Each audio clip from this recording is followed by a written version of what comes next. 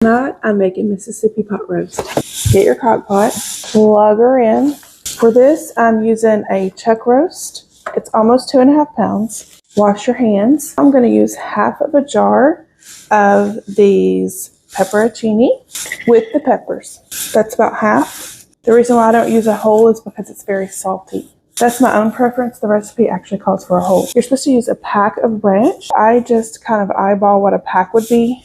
Next, I believe you're supposed to do a whole pack of this gravy, au jus. I usually only do a half of this to control the salt content because to me, I feel like this is super salty. And last but not least, I do a whole stick of butter right on top. This is one of the easiest recipes that I make. So simple. Just stick that on top, cover it with your lid.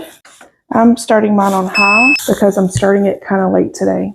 So it should cook about 4 to 6 hours on high or 8 to 10 hours on low. This is what it looks like. I'm going to take out the pepperoncini and then I'm going to shred it. I usually just pull these out and put them in some sort of bowl so that people that want some, either on their sandwich or in their meat, they're not going to waste. And you want to make sure there's no stems left in there like this because that would not be a very good bite. Looks like I got all of it out. Now I'm going to take the meat out and I'm going to put it on a plate and shred it up. Okay. It should just fall apart at this point. And then what I do after I shred it is I put it back in the crock pot so that it's in those juices. And the juices is like gravy. So it's really good like over mashed potatoes and stuff. So I'm going to get another fork real quick. Just shred it like this. Look at how beautiful it is. I leave a little bit of fat if it's not the tough kind. That's the good kind of fat right there, most of it. So you don't even have to really work at it very hard. It's just pulling apart on its own. I mean, how gorgeous that is. Now I'm just going to transfer this back to the crock pot.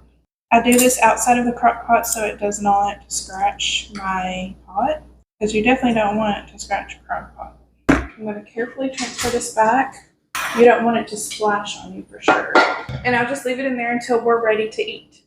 I've got something to spoon out my mashed potatoes. And I need something to grab the meat.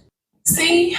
Whoa. The potatoes, like so. And then I just plate it on the sides. And there you go. Mississippi pot roast with mashed potatoes.